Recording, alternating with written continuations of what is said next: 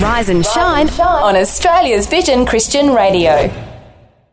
But, the thing about the centrality of Christ in our lives is he doesn't come and go when times are good or times are tough, and worshipping through storms. I mean, I just think, isn't that the point? Yes.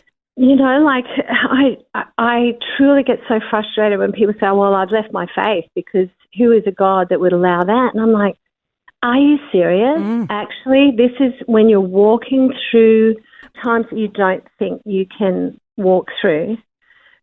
Our God Emmanuel is with you. Even the times that have been you brought on yourself, even the times that are just like a hurricane out of the blue, the time, when I went through cancer, that whole season, I never doubted God, or I did question his love for me until, I don't know if I've told you this story, but look, God's like, I love you. And I'm like, well, I do. It doesn't feel like it, but I know you do. And anyway, when we finally as a family felt good to talk to people about what we were walking through,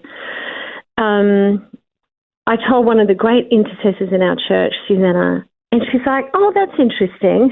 She didn't go into meltdown. She pulls out a journal out of her handbag and gives it to me. She says, the Lord has had me writing a book for you.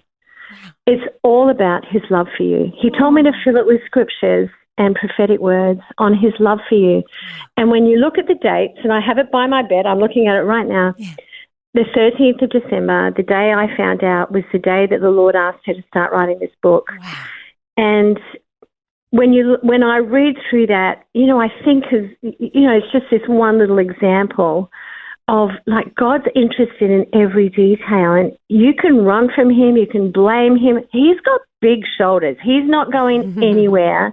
The love of God is so robust. And I did find it hard to worship at some points, not in my heart, but with my words. Yeah.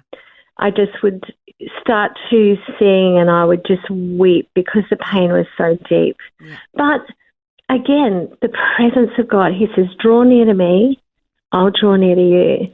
That's 100%. It's not if you clean up, if you get yourself together, if you stop doubting, none of that. He just says, just inch a little bit closer and I'm there. So, I probably flip that thought on its head and go, no, worship is actually the point. Worship is a weapon. Worship is fuel. Worship, because it asks the noise of the world to sit down and shut up as we reveal Christ in the midst of whatever is going on. And you can be confident that God is with you.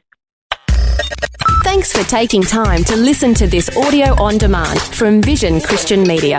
To find out more about us, go to vision.org.au.